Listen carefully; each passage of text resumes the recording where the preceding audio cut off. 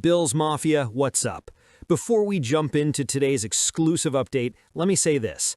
Our Buffalo Bills are always looking for ways to improve, always searching for the next adjustment, the next piece, the next edge that can push us closer to finally hoisting that Lombardi trophy. That commitment to getting better every single week is what makes this team so special.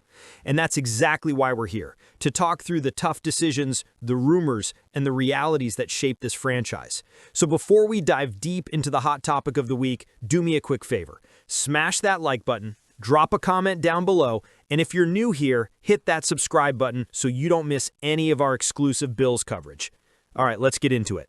Now, Bills Mafia, you probably saw the headlines. C.J. Gardner-Johnson, the safety who once tied for the league lead in interceptions back in 2022, was surprisingly released by the Houston Texans after just 3 games this season. Immediately, the speculation started. Could the Buffalo Bills be a logical landing spot? On paper, the answer looks tempting. Gardner-Johnson plays a position that right now is a clear area of need for Buffalo. With injuries piling up and depth being tested in the secondary, adding a versatile defensive back who can line up in coverage, move into the slot, and even blitz effectively sounds like the perfect solution. But here's the thing, Bills fans. Just because a player is talented doesn't mean he's the right fit. And when it comes to Gardner-Johnson, the red flags are waving. Let's start with what happened in Houston. Head coach DeMeco Ryans didn't mince words when explaining the decision. He said plainly, "It was my decision to move on. I know what's best for my team." That's a strong statement, especially from a coach who's quickly built a reputation for discipline, culture, and team-first values. Now think about that. The Texans, a team built on accountability and chemistry, values that sound very familiar to us here in Buffalo, decided to cut ties with Gardner-Johnson after just 3 weeks was better for their locker room than keeping him around? And this isn't the first time it's happened. Gardner-Johnson has now had 5 different stops in his NFL career, and at each one, the story seems to be the same. A highly talented player who too often wears out his welcome. We've heard the reports. Complaints about roles, clashes with teammates, frustrations that boil over. And while some fans might say, hey, that's passion, that's competitiveness, the reality is, when you're building a Super Bowl caliber team like the Bills, you cannot risk bringing in someone who could divide the locker room.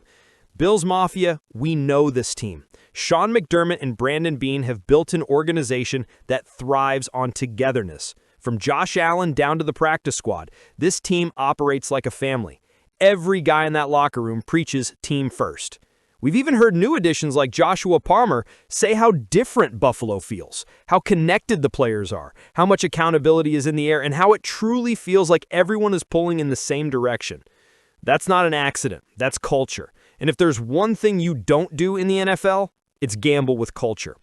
Sure, Gardner-Johnson could bring playmaking ability, but at what cost? Do you risk chemistry? Do you risk one voice going against the grain during tough moments late in the season? For a team chasing a championship, the answer has to be no. Now, some fans will argue, but we need help. Look at the injury report.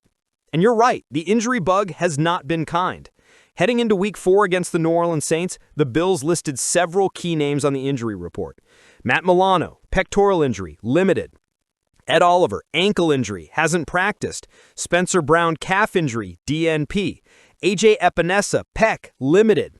Add to that the uncertainty around rookie corner Maxwell Hairston, who remains on injured reserve with McDermott saying when and if he'll be back, and suddenly this defense looks thin. It's true, losing Oliver and Milano hurts, and Brown's absence could shake up an offensive line that's been dominant in both pass protection and creating lanes for James Cook.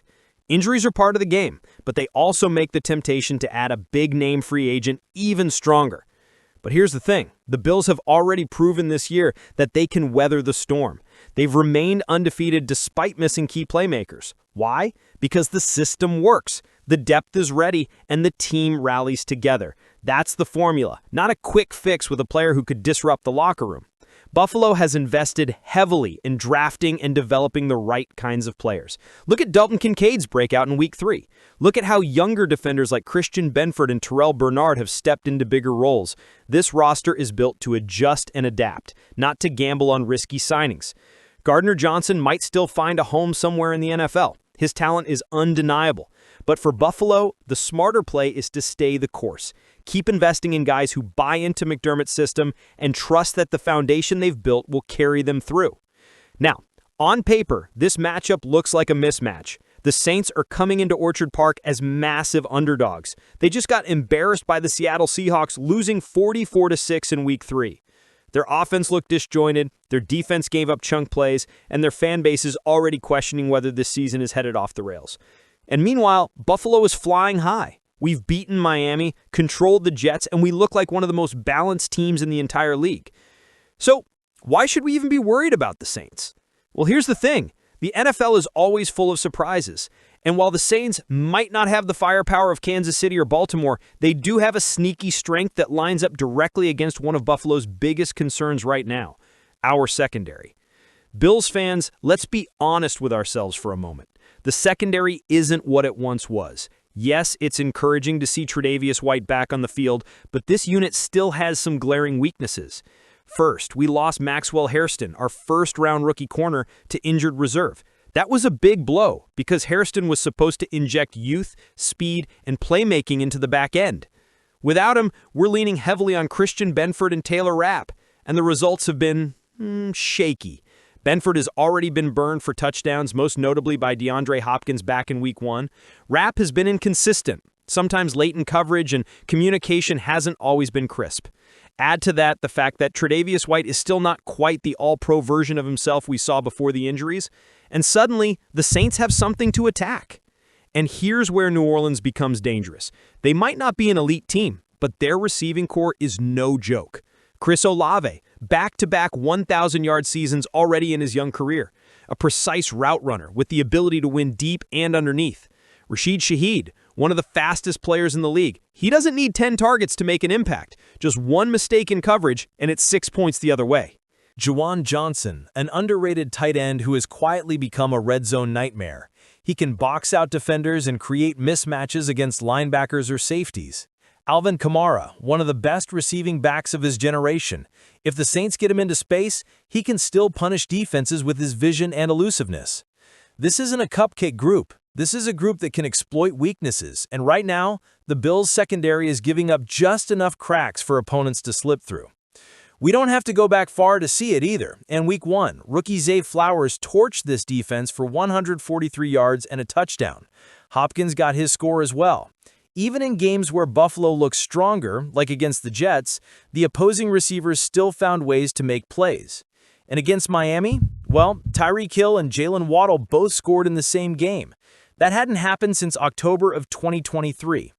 Now, the Bills still won that game because the offense clicked and the defensive front made plays, but the cracks in the secondary were there for all of us to see. So while most of the national media will brush this off as a one-sided contest, Bills fans know better. If the Saints can protect their quarterback and get the ball into the hands of Olave, Shaheed, Johnson, or Kamara, they have just enough to make this uncomfortable. This isn't about more than just Week 4. If Buffalo truly wants to be a Super Bowl team, they need to fix this issue now. Because guess what? If Chris Olave can do damage, what do you think Ja'Marr Chase will do down the line? What about Travis Kelce? What about Stephon Diggs if we meet him again in the postseason wearing different colors? The secondary has to be sharper. The communication has to be tighter. And McDermott needs to make sure this group is ready to handle every type of passing attack they're going to face. Not just against New Orleans, but in the months ahead. Now, let's not act like New Orleans is perfect. They're coming off that blowout loss for a reason. Their offensive line has been shaky, their quarterback play has been inconsistent, and their defense has given up far too many explosive plays. That's why I still believe Buffalo should win this game. Josh Allen and this offense are rolling. James Cook is finding his rhythm in the run game, and Dalton Kincaid is emerging as a real difference maker at tight end. When the Bills are at their best, the Saints simply don't have the horses to keep up. But if there's one way they can hang around and make it a nail-biter, it's by testing our secondary early and often. So, here's the bottom line, Bills Mafia. While C.J. Gardner-Johnson might look like a flashy addition on paper, the reality is he doesn't fit what this team is all about. The Bills are better off avoiding the risk, sticking to their culture, and trusting the roster they've built, even through injuries. But now, I want to hear from you. Do you think Buffalo should take the gamble and sign Gardner-Johnson? Or do you agree that the Bills should avoid the distraction and keep pushing forward with the group they have? Drop your thoughts in the comments. I'll be reading every one of them. And don't forget, hit that like button if you enjoyed the video, subscribe for more exclusive Bills updates, and share this with another fan who needs to hear the inside scoop. Together, we're riding this season out as one family. Let's go, Buffalo!